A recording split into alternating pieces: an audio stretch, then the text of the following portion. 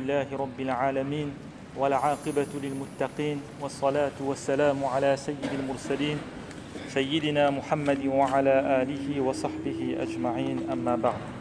Mes frères, toutes les louanges à Allah subhanahu wa ta'ala, le très clément, le très miséricordieux. Mes frères, lors des différentes interventions que nous avons pu écouter durant ce mois de Rabi'ul Awwal, eh bien, nous avions entendu le fait que tout comme nous devons développer cet amour pour Allah subhanahu wa ta'ala, un amour sincère envers notre Créateur, eh bien, il est aussi nécessaire de développer un amour sincère pour notre prophète sallallahu alayhi wa sallam. Le prophète sallallahu alayhi wa sallam lui-même, il nous dit dans ce hadith que vous avez tous déjà entendu: La yu'minu ahadukum hatta akuna ahabba ilayhi min walidihi wa waladihi wan nasi ajma'in. Ne sera véritablement croyant que celui pour qui je deviendrai plus cher à son cœur que ses parents, ses enfants et plus que quiconque. Et que signifie cet amour? Comment manifester notre amour pour Rasulullah sallallahu alayhi wa sallam? Eh bien, nous l'avons compris aussi, c'est en suivant son exemple. Suivre l'exemple du prophète sallallahu alayhi wa sallam en adoptant les enseignements, les principes qu'il nous a légués. Donc, aimer le prophète sallallahu alayhi wa sallam, c'est étudier la sira, étudier la vie du prophète sallallahu alayhi wa sallam pour mettre en application son enseignement. Allah subhanahu wa ta'ala, il nous dit dans le Coran: لَقَدْ كَانَ لَكُمْ فِي رَسُولِ اللَّهِ أُسْوَةٌ حَسَنَةٌ. Vous avez dans le messager d'Allah, dans l'envoyé d'Allah sallallahu alayhi wa sallam, un bel exemple, un excellent modèle. Et suivre Rasulullah sallallahu alayhi wa sallam dans son exemple, c'est s'imprégner de ses qualités, des qualités morales que le prophète sallallahu alayhi wa sallam il nous a léguées. Le prophète sallallahu alayhi wa sallam, vous savez, c'est celui qui possédait les caractères les plus nobles. Allah subhanahu wa ta'ala nous dit dans le Coran: wa innaka la'ala khuluqin 'azim. Et tu es d'un caractère élevé. Tu es certes doué de caractère éminent. Donc chaque croyant a ce devoir d'étudier la sira, d'étudier la vie du prophète sallallahu alayhi wa sallam pour connaître quel était son caractère et s'imprégner de ce caractère dans notre vie de tous les jours, car le prophète sallallahu alayhi wa sallam est celui qui avait le meilleur comportement. Et parmi ces qualités que le prophète sallallahu alayhi wa sallam il nous a enseignées à travers son comportement, eh bien, il y a le fait que le prophète sallallahu alayhi wa sallam, il était halim, il était longanime, c'est-à-dire c'était quelqu'un de profondément indulgent, quelqu'un de profondément patient. Il était rempli de compassion et de compréhension vis-à-vis des autres. Alors, pour illustrer cette qualité que le prophète sallallahu alayhi wa sallam il nous a enseignée à travers cette brève intervention de ce soir, nous allons évoquer une anecdote, nous allons évoquer un récit dans lequel le prophète sallallahu alayhi wa sallam il a eu affaire à quelqu'un qui était juif, Zayd ibn Sa'na radiyallahu anhu, puisqu'il est devenu ensuite musulman. Donc ce juif, il avait fait un prêt au prophète sallallahu alayhi wa sallam.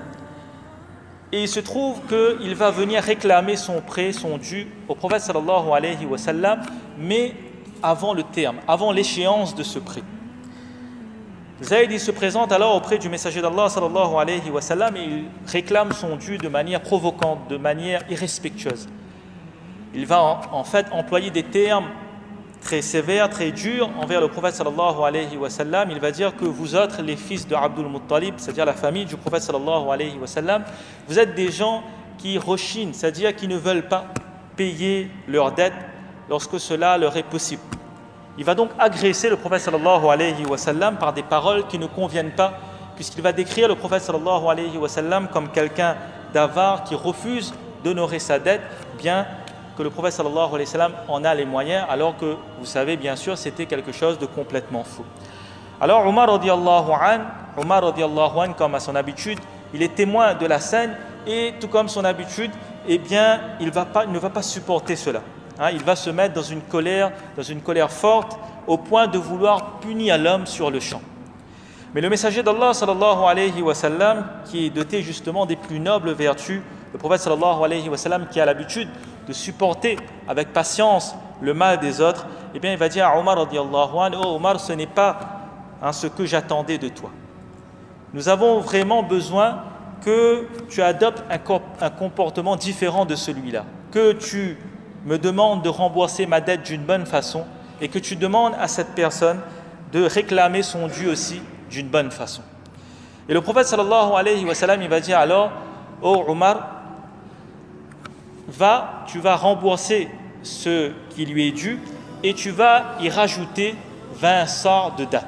Alors le sar, c'est une unité de mesure et 20 sars, les ulama ils nous disent que ça correspond à peu près 48 kilos de date. Donc le prophète sallallahu alayhi wa sallam, il ordonne à Omar radiyallahu anhu d'aller lui rembourser et en plus de se montrer généreux envers lui à cause de cette frayeur qu'il a pu connaître, donc de lui donner un supplément.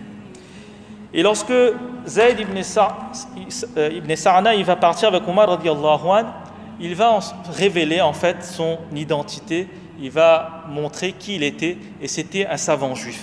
Alors Omar radiyallahu anhu, lorsqu'il va le reconnaître, il sera étonné et il va lui dire « Qu'est-ce qui t'a amené à agir de la sorte, toi qui es un savant, qui est quelqu'un de bien ?»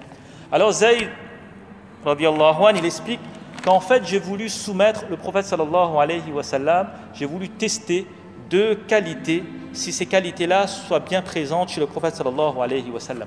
La première de ces qualités, c'est que sa longanimité, son indulgence, sa patience devance sa colère. Et la deuxième qualité, c'est que l'ignorance du sot, le provoquant, ne fait que renforcer sa patience, renforcer sa longanimité. En fait, Zayd ibn Sa'na, radiyallahu anhu, qui était un savant juif, il avait lu dans les livres qui étaient en sa possession la description de l'ultime messager, du dernier prophète envoyé par Allah subhanahu wa ta'ala, et justement les qualités morales qui se trouvaient en ce dernier prophète. Et tout ce qu'il avait vu sur le prophète sallallahu alayhi wa sallam correspondait à la description qu'il a pu lire dans ses livres, mais il lui manquait la confirmation de ces deux qualités. Que la longanimité de ce dernier prophète devancerait sa colère, et deuxièmement que l'ignorance du sot le provoquant ne fait que renforcer sa longanimité et sa patience. Et c'est de cette façon que Zayd ibn Sa'na radiyallahu anhu, il va se convertir à l'islam et il va rester aux côtés du prophète sallallahu alayhi wa sallam. Alors mes frères, à travers cet événement de la vie du prophète sallallahu alayhi wa sallam, nous voyons le modèle exceptionnel que représente le messager d'Allah, l'indulgence et la compréhension dont nous devons faire preuve face aux provocations, face à l'ignorance de celui qui cherche à provoquer. Et aujourd'hui, justement, face à ceux qui critiquent l'islam sans connaître l'islam, ceux justement qui cherchent à nous agresser, eh bien nous devons tirer les enseignements de la vie du prophète sallallahu alayhi wa sallam, comprendre comment le prophète sallallahu alayhi wa sallam il a agi face à l'ignorance et comment le prophète sallallahu alayhi wa sallam il a fait qu'à travers cette attitude il y a eu ces fruits, ces résultats si impressionnants. C'est pourquoi mes frères, le prophète sallallahu alayhi wa sallam, nous savons tous, il est venu comme une miséricorde pour les mondes. Nous avons souvent entendu quel était le comportement du prophète sallallahu alayhi wa sallam, quel enseignement il nous a apporté par rapport à nos parents, par rapport à nos voisins, par rapport à notre prochain, etc. Eh bien, chacun de nous, il doit s'inspirer de ce comportement, il doit s'imprégner de ce comportement, et c'est justement cette attitude que nous allons avoir dans notre vie de tous les jours qui va refléter l'enseignement du prophète sallallahu alayhi wa sallam. Le prophète sallallahu alayhi wa sallam nous a dit enfin « Man lam yarhamin nas, la yarhamuhumullah » Celui qui ne fait pas miséricorde aux gens, Allah ne lui fait pas miséricorde. Le prophète sallallahu alayhi wa sallam n'a pas dit celui qui ne fait pas miséricorde aux croyants, mais il a dit aux gens, ce qui implique aussi bien les musulmans que les non-musulmans. Donc mes frères, apprenons à connaître notre prophète sallallahu alayhi wa sallam, à le prendre comme exemple, à comprendre quel était son comportement afin de le mettre en pratique dans notre vie de tous les jours et avoir ce comportement exemplaire dans notre société. Le monde entier interroge sur l'islam, interroge sur les musulmans, mais bien plus que nos paroles, bien plus que nos discours, eh bien c'est notre comportement qui sera regardé. C'est pourquoi mes frères, eh bien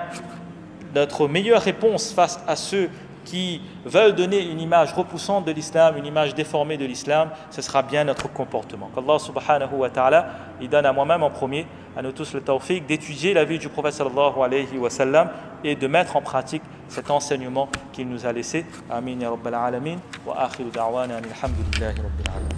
Jazakumullah.